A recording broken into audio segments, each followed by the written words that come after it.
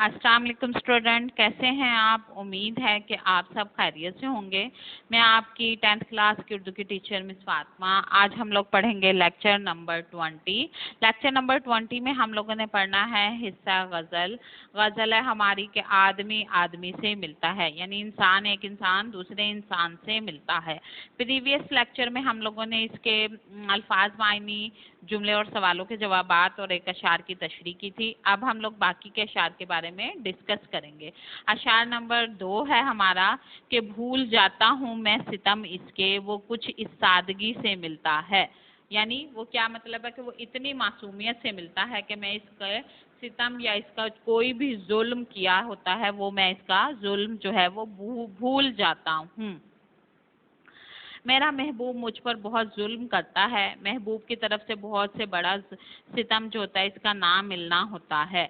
तन्हाई में बार बार मेरे जहन में यही ख्याल होता है कि जब मेरी मुलाकात अपने महबूब से होगी या जब मैं अपने दोस्त से या किसी चाहने वाले से मिलूंगा तो सबसे पहले मैं इसकी बेरुखी का यानी जो उसने उसके साथ जुल्म किया है उसका जो है वो शिकायत करूंगा या गिला करूंगा।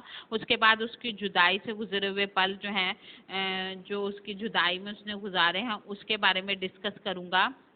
मेरा हाल जो है हुआ है इसके बारे में मैं उसको बताऊंगा जब मेरी उससे अपने महबूब से मुलाकात होगी। लेकिन जब अपने महबूब से वो मिलने के लिए चला जाता है या किसी जानने वाले के या चाहने वाले के सामने मौजूद होता है वो तमाम बातें भूल जाता है। उसका जो जुल्म किया हुआ होता है वो तमाम जो है वो उसके जहन से ख़त्म हो जाता है। लेकिन सितम क्यों ना हुआ इसकी बेरुखी और बेइतनाई पर, मोहब्बत कितना पर नाराज क्यों ना हो। जब वो सामने आता है उसकी अदाएं सब कुछ मुझे भुला देती हैं। उसकी सूरत, उसकी बातें, उसकी ज़ात किसी और तरफ मुझे ध्यान ही नहीं देने देती है। यानी जब मैं उसके सामने जाता हूँ तो मुझे किसी भी चीज़ के बारे में समझ ही नहीं आता, सिर्फ उसी की तरफ देखता हूँ और उसकी बातों को सुनता हूँ। अब अशार नंबर 3 है। अशार क्या है हमारा कि आज क्या बात है कि फूलों का रंग तेरी हंसी से मिलता है। आज खिले हुए फूलों में जो है वो उसको अपने महबूब की हंसी का जो रंग महसूस होता है। जिंदगी में बहार आ गई है। वो कहते हैं फूल के खिलने को महबूब की हंसी से तशबीह दी है। कहता है कि जिंदगी में बहार आ गई है, हर तरफ फूल ही फूल खिले हुए हैं। इन फूलों का रंग जो है वो मेरे महबूब की हंसी से मिलता जुलता है। मेरा महबूब किसी बात पर खुश होता है तो उसके होंठों पर भी हंसी आ जाती है। मुझे उसकी ये हंसी बहुत अच्छी लगती है। आज ऐसी क्या बात हो गई है कि फूलों का रंगो रूप जो है वो बहुत ज़्यादा निखर गया है। यानी मेरा महबूब जब किसी बात पर खुश होता है तो इसके होंठों पर भी हंसी आ जाती है। ये उसको हंसी बहुत खूबसूरत लगती है।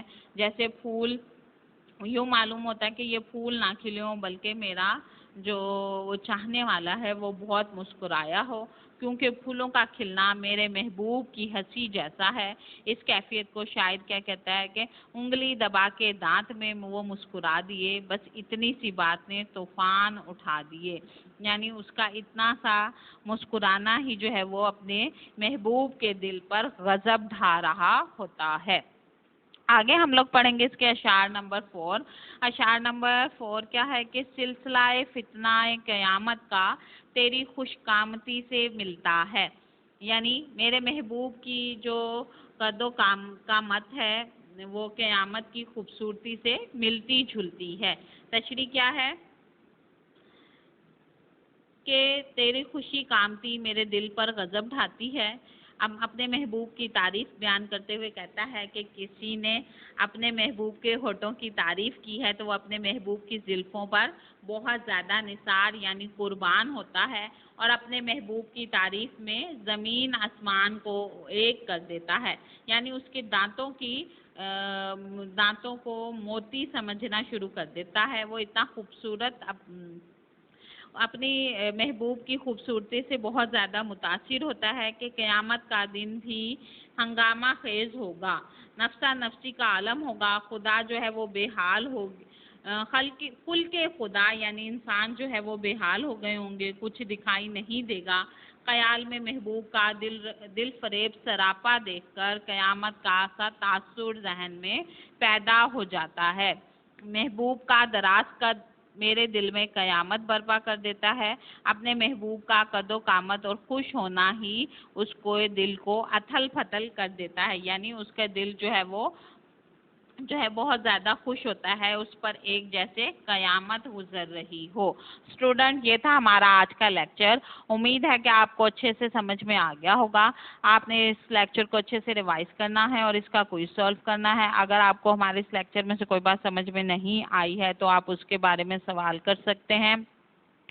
اگلے لیکچر میں ہم لوگ پڑھیں گے حصہ غزل کا آدمی آدمی سے ملتا ہے، باقی کے اشعار کی تشریح۔ آپ نے اس کو ریڈ کرنا ہے تاکہ ہم اس کے بارے میں ڈسکس کر سکیں۔ شکریہ، اللہ حافظ۔